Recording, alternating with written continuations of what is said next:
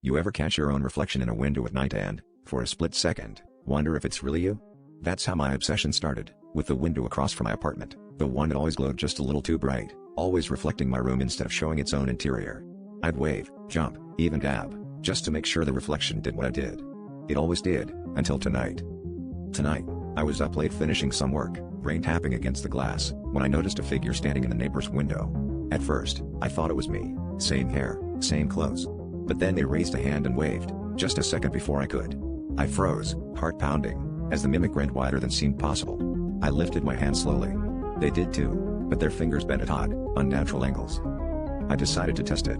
I made a silly face, then spun in a circle. The figure matched me exactly, movements perfectly synchronized, eyes locked on mine. It was only when I turned my back to the window, pretending to rummage through my desk, that I sensed something was off. The room felt colder. I glanced over my shoulder, and that's when I saw them. They were still facing me, but their eyes weren't following my reflection anymore. They were looking just past me, into the darkness of my room. I laughed nervously and turned back to the window, ready to play along one last time. But the figure didn't mimic me. Instead, they smiled, raised a finger, and pointed directly behind me. I spun around, expecting to see nothing but shadows. Instead, I caught a glimpse of a pale hand retreating under my bed, and a light in my neighbor's window flickered out, plunging both rooms into darkness.